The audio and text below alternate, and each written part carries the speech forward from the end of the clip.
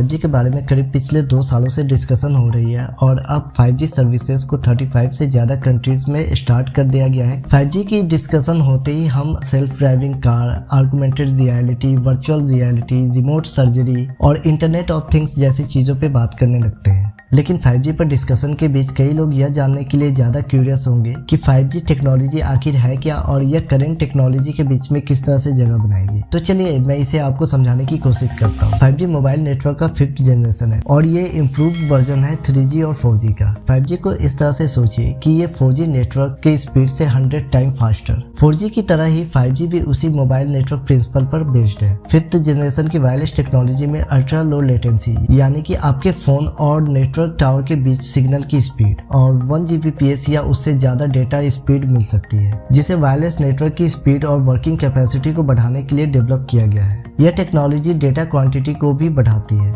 जिससे wireless network को transmit किया जा सकता है। 5G 5 टेक्नोलॉजीज के बेस पे काम करती है। मिलीमीटर वेव यानी कि MM wave, small cell, massive MIMO, beam forming, full duplex.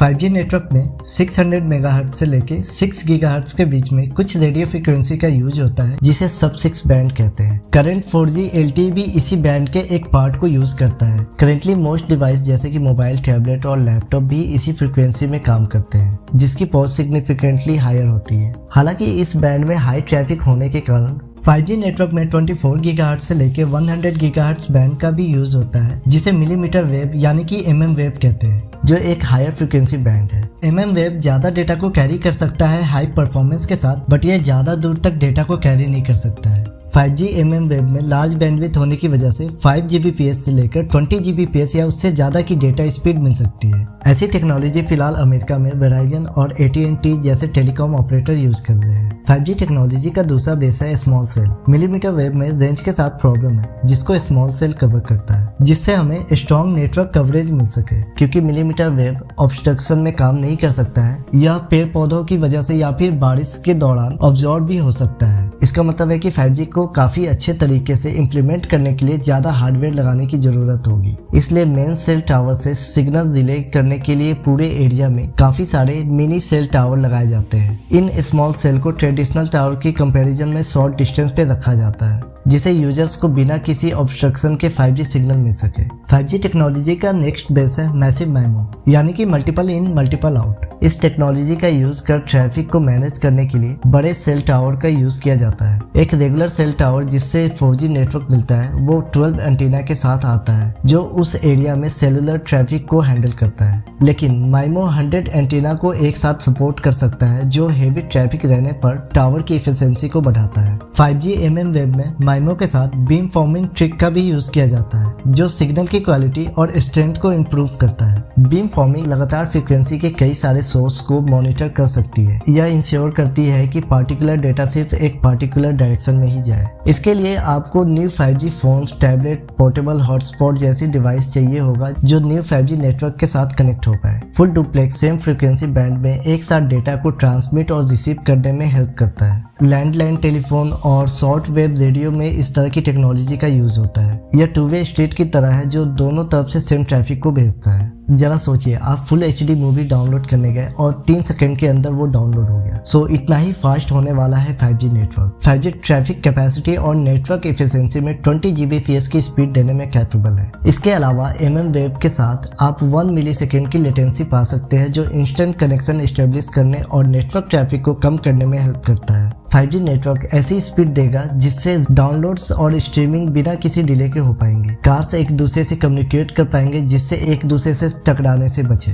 Augmented reality, virtual reality finally बिना किसी डिले के रियल टाइम रिस्पॉन्स कर पाएंगे, जिससे रियल टाइम में ऑगमेंटेड रियलिटी को एक्सपीरियंस कर सकते हैं। इससे ऑगमेंटेड रियलिटी पे काम करने वाले हार्डवेयर के डेवलपमेंट में भी हेल्प मिलेगी। यह technology virtual reality, automatic driving और इंटरनेट ऑफ थिंग्स के लिए बेस बनने जा रहा है। यह सिर्फ आपके स्मार्टफोन यूज करने के एक्सपीरियंस को बेटर नहीं करने वाला है, बल्कि मेडिकल इंफ्रास्ट्रक्चर और यहाँ तक कि मैन्युफैक्चरिंग के डेवलपमेंट में भी हेल्प करने वाला है। 5G टेक्नोलॉजी काफी एक्सपेंसिव है। नेटवर्क ऑपरेटर्स को एग्जिस्टिंग सिस्टम को रिप्लेस करना पड़ेगा, क्योंकि इसके लिए 3.5 गीगाहर्ट्ज से हायर फ्रीक्वेंसी की रिक्वायरमेंट होती है, जो 3G या 4G में यूज होने वाले बैंडविड्थ से लार्ज बैंडविड्थ है। सब 6 गीगाहर्ट्ज की बैंडविड्थ भी लिमिटेड है, इसलिए इसकी स्पीड मिलीमीटर वेव की कंपैरिजन में कम हो सकती है। इसके अलावा मिलीमीटर वेव शॉर्ट डिस्टेंस में ज्यादा इफेक्टिव होता है। 5G एक्सपेंड हो तो रहा है, लेकिन लोगों के एक्सपेक्टेशन के अकॉर्डिंग नहीं। इसके अलावा 5G टेक्नोलॉजी के साथ सिक्योरिटी और प्राइवेसी का भी कंसर्न है, जो आगे यूज करने के बाद ही पता चलेगा। 6 गीगाहर्ट्ज से अधिक स्पेक्ट्रम की फ्रीक्वेंसी में 5G बेटर काम करता है। 5G 4G के साथ काम कर सकता है, लेकिन 3 गीगाहर्ट्ज से 6 गीगाहर्ट्ज स्पेक्ट्रम अधिक यूज होने के कारण रिसर्चर 6 गीगाहर्ट्ज से आगे 30 गीगाहर्ट्ज से लेके 300 गीगाहर्ट्ज के बीच शॉर्टर MM वेव पर एक्सपेरिमेंट कर रहे हैं। इस तरह के स्पेक्ट्रम का यूज कभी मोबाइल डिवाइस के लिए नहीं किया गया। इस स्पेक्ट्रम में जाने का मतलब है मोबाइल डिवाइस के लिए अधिक बैंडविड्थ मिलना। 5G NR यानी कि न्यू रेडियो और 5G AT&T proprietary LTE advance network यानी कि 4G नेटवर्क पे काम करते हैं, लेकिन ये MM वेव की तरह फास्ट नहीं है, जिसका मतलब है कि 1 Gbps से अधिक की स्पीड के लिए नए हार्डवेयर लगाने होंगे। 5G network based smart city में ऑलमोस्ट सभी चीजें एक दूसरे से कनेक्टेड होंगी। कार, बाइक, ट्रैफिक सिग्नल, ये सब कनेक्ट हो पाएंगे 5G नेटवर्क से। और शायद एक दिन आपके घर के वाईफाई डिवाइस सीधे वायरलेस ISP से कनेक्ट करने के लिए 5G का यूज कर सकता है। 5G के बारे में सेफ्टी कंसर्न सामने आया सेलुलर रेडियो वेव को लेकर। अमेरिका के कुछ सिटी में हेल्थ क्वेश्चन को सामने लाया गया 5G के माइक्रोवेव फ्रीक्वेंसी के यूज को लेकर। 5G नेटवर्क्स के लिए लार्ज नंबर में स्मॉल सेल यानी कि बिग टावर के स्मॉल वर्जन को इंस्टॉल किया जाता है हमारे घर के आसपास जो इलेक्ट्रिसिटी पोल है उन पर। सुनने में ऐसा लगता है कि हमारे आसपास बहुत सारे माइक्रोवेव ओवन के डोर को ओपन करके